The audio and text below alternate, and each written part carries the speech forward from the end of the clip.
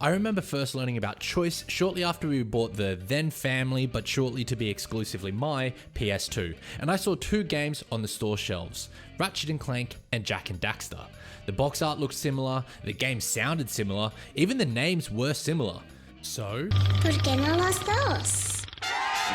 I wish, but Mum said I had to choose. Choose.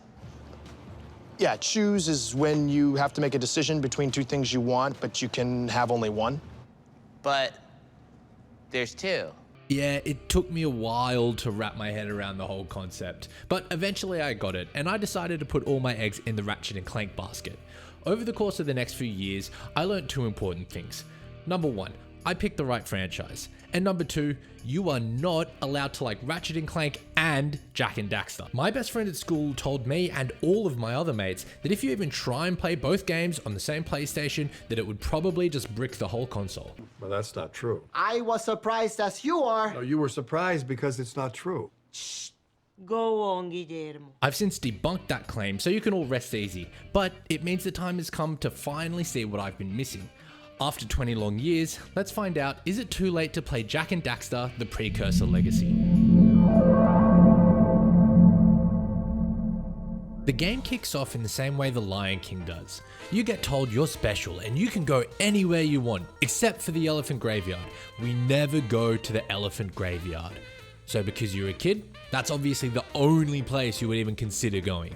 So you take your friend and off you sneak to the elephant graveyard, where you learn pretty quickly why you were told to never go there. You meet some less than friendly characters, and as you make your daring escape, one of you gets knocked into a vat of dark eco and gets turned into this sort of squirrel thing. Okay, so now we have our objective. Get Daxter unsquirreled. And you do that by doing a whole lot of collecting. I went into this expecting to have a Ratchet and Clank style platformer, but turns out this is actually a Spyro game, which I am totally all for. It's not what I expected. And yet, it's beautiful. But it's also not what I expected. I love Spyro. I have the platinum for all three of those games, but herein lies the problem. When you put a collectathon in front of me, I have a tendency to, regress. Why's that? Well, because I want it. Come on, give me it. Give me it. Give me it. Come on, give me it. I'm sorry. Please.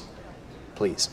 aw, what a delight. Each area you visit in the game has 3 different items to collect: precursor orbs, scout flies, and power cells. And not that I have a problem, but collecting any less than 100% of everything was fundamentally unacceptable. Fortunately, there's variety in how you go about getting all these things. The orbs, for example, are just scattered throughout the levels to collect. However, for the power cells, you often have to do tasks for citizens who will reward you with them. These can range from rescuing an artist's muse to helping a lazy farmer herd his cattle. See? I'm not addicted to just collecting random things that have no real world value. I help people with their day-to-day lives, like by being a cow herder. It's pronounced hoarder, young man, and if you are, you should talk to the school counselor about it. Whatever, my issues aside, this is still a platformer at its core, meaning there is plenty of jumping, swinging, and spinning your way through enemies and obstacles that gave me flashbacks to the days of dying over and over again in these sorts of old platformers, as people who had never even played the game shouted advice at you. Well, press eject. There's no eject on well, this what's machine. this? There's eject. That's cancel. That doesn't do anything. All right, press the green one. Hey, nothing happens. Well, press something else. What do you want me to do? Oh, speaking of PS2 quirks, I forgot that each time you picked up a new third-person platformer in those days, games would just force your brain to rewire itself as different titles bounce between inverted and non-inverted controls, as if only half of all developers grew up as ambi-turners. I'm not an ambi-turner. I can't turn left.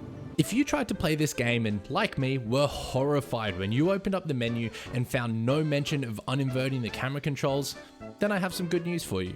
There is a way to do it, and the game just never tells you. And it's as simple as going into the settings, then the graphics settings, then you hold up on the D-pad and click R3. The game won't tell you anything has changed, so only do it once. But then voila, camera is fixed. Now, I know it sounds like if you do this, I'm going to somehow be able to get remote access into your computer or something, but I promise it's not a scam. It's a scam. It is not a scam. Why would someone want to scam me, Jermaine? And on the internet service, one of the trusted things of today's society. And while we're talking about the graphics settings, look, I know it's a PS2 game, but be warned that there are no graphics or performance options anywhere, so take off whatever points you think you need to for that. As a whole package, the game goes on for just long enough to be enjoyable without ever feeling like it overstays its welcome either. Even with achieving the coveted 100% status on the menu screen and the oh so important platinum trophy that goes with it, it only took 8 hours, so it can be easily played in 3 or 4 sittings. Or one sitting like me if you're a madman trying to make a YouTube channel. To answer the question of is it too late to play in 2022, I have different answers depending on who you are, so listen out for when I call your name.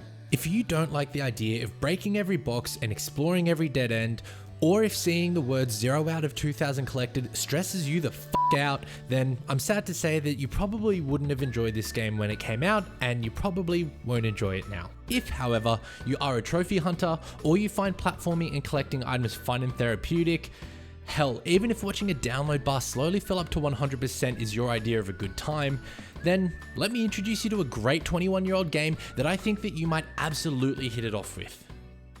If you enjoyed this video, I have a whole series trying to answer the question of is it too late to play these games, so consider sticking around and checking some of those videos out as well. I'd love to have you here. Come say hi in the comments and throw out any suggestions of what you might like to see in the future. Thanks for watching, and I hope you all have a great week.